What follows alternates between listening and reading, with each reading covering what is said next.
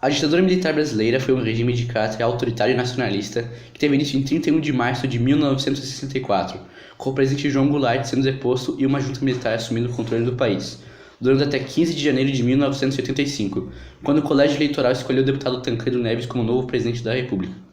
No dia do golpe do Estado, blindados e carros de combate ocuparam as ruas das principais cidades brasileiras. Sedes de partidos políticos, associações e sindicatos foram destruídos e tomados por soldados. A sede da União Nacional dos Estudantes foi incendiada. Após a tomada do poder, foi estabelecido o Ato Institucional número 1, que dava aos militares o poder de modificar a Constituição, anular mandatos legislativos, interromper direitos políticos por 10 anos e demitir, colocar em disponibilidade ou aposentar compulsoriamente qualquer pessoa que fosse contra a segurança do país. O regime democrático e a probidade da administração pública, além de terminar eleições indiretas para presidente da República. Os meios de comunicação e as manifestações artísticas foram reprimidos pela censura. Em 15 de abril de 1964, o Congresso Nacional elege Castelo Branco como presidente da República. Afirmava que a intervenção tinha caráter corretivo e que era temporária. Porém, as Forças Armadas tinham interesse em estabelecer a linha dura de repressão às atividades políticas de esquerda, consideradas pelos militares como terroristas. O governo militar impõe, em janeiro de 1967, uma nova Constituição para o país. Aprovada neste mesmo ano, a Constituição de 1967 confirma e institucionaliza o regime militar e suas formas de atuação. Em 1967, o general Arthur da Costa e Silva assume a presidência, e seu governo é marcado por protestos e manifestações sociais. A oposição ao regime militar cresce no país, com a UNE organizando no Rio de Janeiro a Passeata dos 100 mil. No dia 13 de dezembro de 1968, é decretado o Ato Institucional número 5. Este foi o mais duro do governo militar, pois aposentou juízes, cassou mandatos, acabou com as garantias do habeas corpus e aumentou a repressão militar e policial. Em 1969, Costa e Silva foi substituído por uma junta militar chamada por Aurélio de Lira Tavares, do Exército, Augusto Rademacher, da Marinha e Márcio de Souza e Melo, da Aeronáutica. Nesse tempo, guerrilheiros sequestram figuras importantes. Em 1969, a junta militar escolhe o novo presidente, o general Emílio Médici, sendo o seu governo considerado o mais repressivo do período. A repressão à luta armada cresce e uma severa política de censura é colocada em execução. Jornais, revistas, livros de teatro, filmes, músicas e outras formas de expressão artística são censuradas. Muitos professores políticos, músicos, artistas e professores são investigados, presos, torturados ou exilados do país. Em 1974, assume a presidência o general Ernesto Geisel, que começa um lento processo de transição rumo à democracia. Geisel anuncia a abertura política lenta, gradual e segura. A oposição política começa a ganhar espaço. Nas eleições de 1974, o MDB, Movimento Democrático Brasileiro, conquista 59% dos votos para o Senado, 48% da Câmara dos Deputados e ganha a prefeitura da maioria das grandes cidades. Em 1978, Geisel acaba com o Ato Institucional número 5, restaura o habeas corpus e abre caminho para a volta da democracia no Brasil. A vitória do MDB nas eleições de 1978 começa a acelerar o processo de redemocratização. O general João Batista Figueiredo decreta a Lei de Anistia, concedendo o direito de retorno ao Brasil para os políticos, artistas e demais brasileiros exilados e condenados por crimes políticos. Nos últimos anos do governo militar, o Brasil apresenta vários problemas. A inflação é alta e a recessão também. Em 1984, políticos de oposição, artistas, jogadores de futebol e milhões de brasileiros participam do movimento da Jeta Já. O movimento era favorável à aprovação do Estado da emenda Dante de Oliveira, que garantiria eleições diretas para o presidente naquele ano. A emenda não foi aprovada. No dia 15 de janeiro de 1985, o colégio eleitoral escolheria o deputado Tancredo Neves, que concorreu com Paulo Maluf como novo presidente da República. Porém, Tancredo Neves ficou doente e faleceu antes de assumir. Assume o vice-presidente José Sarney. Em 1988, é aprovada uma nova Constituição para o Brasil. A Constituição de 1988 apagou os rastros da ditadura militar e estabeleceu a democracia novamente. A ditadura militar foi marcada pela violação de direitos políticos de todos os cidadãos brasileiros e pela supressão de direitos e garantias individuais pelos atos institucionais e executados pelos chefes do regime.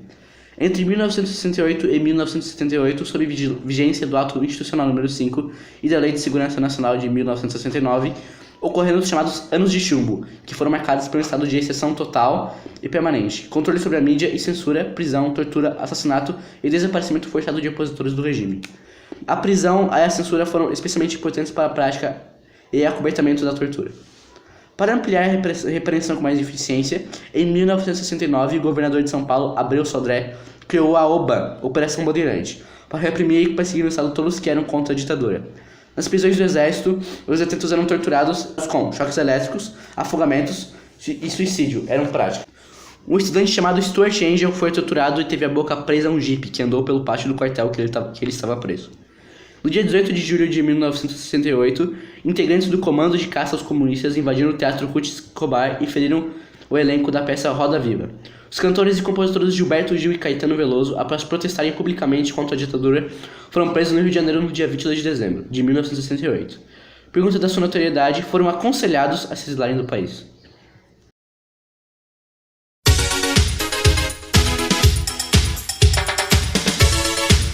Estamos aqui entrevistando um ex-militar que, por razão de anonimato, eu vou chamar de João. Boa tarde, João. Obrigado por estar aqui com a gente e eu tenho uma pergunta para fazer para você. Na sua opinião, o que causou a ditadura militar? Primeiramente, obrigado por estar aqui. Não existe apenas um fator para o início da ditadura, existem vários. Como a economia do país antes da ditadura, o governo do presidente Jânio Quadros e o governo do presidente João Goulart, que foram caóticos. Você é a favor da ditadura militar? Eu sou a favor da ditadura militar. Por quê? A ditadura militar avançou bastante a economia do Brasil, ajudou bastante. Nós conseguimos salvar o Brasil da mão dos comunistas. Obrigado. Veja a próxima parte dessa entrevista depois do comercial. Estamos aqui com o chefe Arnaldo do programa Mais Que Delícia para fazer um macarrão. Chefe Arnaldo. Bom, aqui nós temos o macarrão que vamos usar e o nosso ingrediente especial que vai dar um sabor de picanha ao nosso macarrão. Bom, agora a gente vai colocar o macarrão durante uns 3 minutos na água fervente e quando o nosso macarrão amolecer, nós iremos colocar já o tempero sabor de picanha. Chorando se foi quem um dia só me fez chorar. Chorando se foi quem um dia só me fez chorar. Chorando estará ao lembrar de um amor que um dia não soube cuidar. Chorando estará ao lembrar de um amor que um dia não soube cuidar.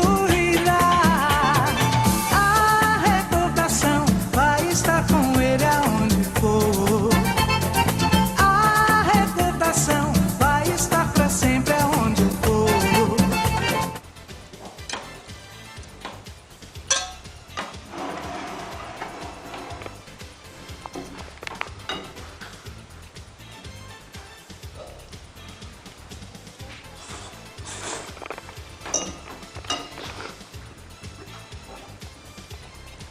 Isso é muito bom. Tem um leve gosto de picanha. Eu aprovo. O presidente Tancredo Neves teve sua morte decretada esta noite. De acordo com o relatório médico do presidente, o seu coração não estava mais mandando sangue para os órgãos periféricos do corpo.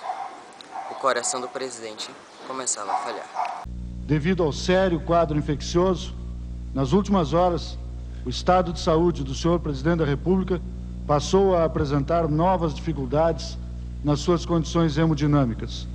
Sua pressão arterial está sendo mantida com o uso de substâncias que atuam no sistema vascular periférico e sobre o coração. A população brasileira está completamente abalada com o ocorrido.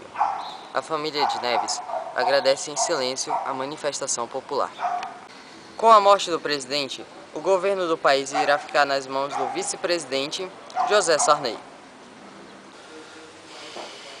Na nossa segunda entrevista de hoje, estamos falando com alguém que é símbolo de força, garra e inspiração. Onde que foi uma das milhares que sofreram no regime militar. Por questão de sigilo não poderemos revelar sua identidade, mas poderemos chamá-lo de Rodrigo. Então, Rodrigo, como que eram os locais que você sofria sua coisa? Então, cara, eu não lembro muito o que aconteceu, mas eu lembro que eles me botaram dentro de um carro e me levaram para um matagal. E nesse matagal ele tinha um terreno que tinha uma casa e eles me botavam dentro dessa casa e meio que desciam pro porão, onde aconteciam todas as torturas e eu acho que foi lá que eles torturaram meu pai. O senhor sabe o nome dessas torturas e como elas eram? Então, cara, eu não lembro muito bem quais eram essas torturas, mas eles me botaram meio que pendurado assim em um pedaço de... Não, deixa eu ver. Isso, que foi isso? Então, cara, eu não lembro muito bem qual eram as torturas que eu sofri, mas o que mais combina comigo, com o que eu sofri, foi o pau de arara, que eu fiquei amarrado de cabeça para baixo, com os joelhos pendurados numa barra de ferro, e lá eu sofri de todas as torturas possíveis. Então eles me batiam, eles suavam todas as horas e eram choques elétricos que eu sofri, eram muitas coisas assim. Rodrigo, como é a sua vida depois do regime militar? Não, cara, minha vida é boa até, cara. Eu só tenho bastante trauma porque foi nessa tortura que eu perdi meu pai também, que batalhou bastante pra tentar sobreviver e eu perdi ele. Foi bem muito tanto como ele, assim, pra falar com ele. Desculpa. Tá tudo bem, Rodrigo. Deve voltar.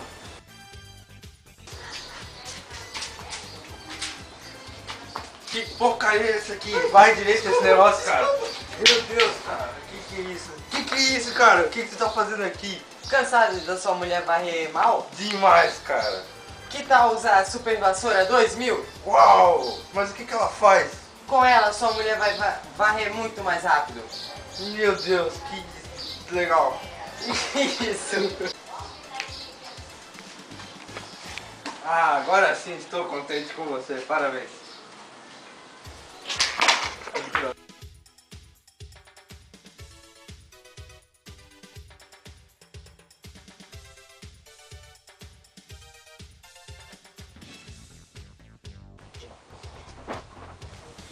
Na nossa segunda entrevista de hoje, estamos aqui falando com alguém que sofreu muito, que é um símbolo de força, raça, garra e superação.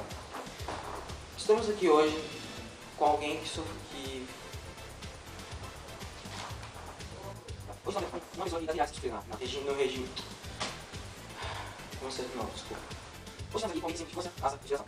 Hoje estamos aqui com alguém que sempre força, garra e superação. Estamos aqui hoje, vamos visualizar aliás que sofreu no regime militar. Por isso esse dia não tem que falar. Você tá com ódio de mim, né?